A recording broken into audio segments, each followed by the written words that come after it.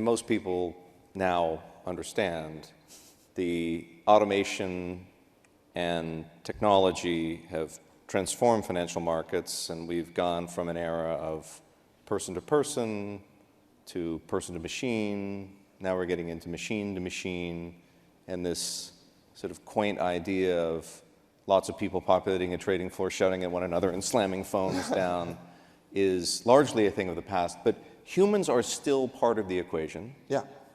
How long, for how much longer? So that's oftentimes a misconception. So we actually have roughly the same number of traders as we have researchers.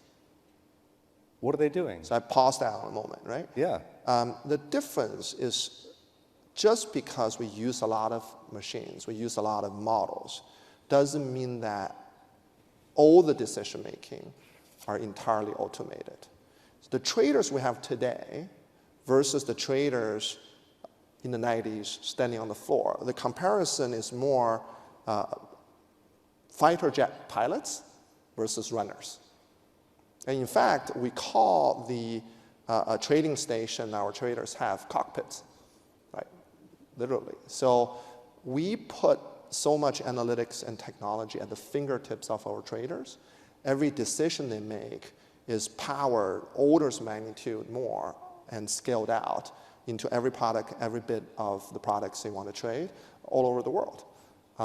In some ways, that's why I am personally very optimistic with the current AI revolution that we're facing, because I believe being liberated from the repetitive mental laboring aspect of what we have to do as humans, that allow us humans to focus on the highest value add portion of Clearly, the task. that is the most optimistic view. There are other views, and we can talk about them, but for the moment, what is it that the traders still do?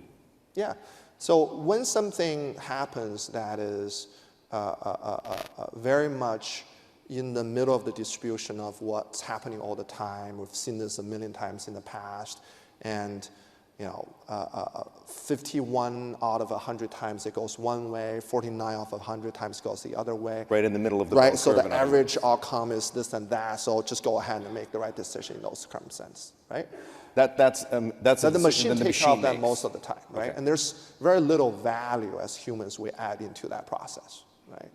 But when a relatively unique situation arises, and I'm not just talking about, hey, Silicon Valley Bank just failed.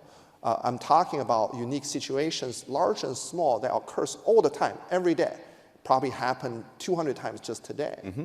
That's when we need to apply our logic, extrapolate from history and data that we've seen, and apply reason, apply logic to then decide, okay, here's how it's different this time, right? The algorithms never seen COVID. The which? The algorithms have never seen COVID when that happened, right? But they've seen SARS. They have seen, but very different. Like, to what extent do we borrow the lessons, exactly, to what extent do we borrow the lessons we've learned from SARS, and to what extent would this be different, right? If you just simply have said, hey, SARS happened, there was some volatility, no market closed, and everything would be fine, you would have made a mistake.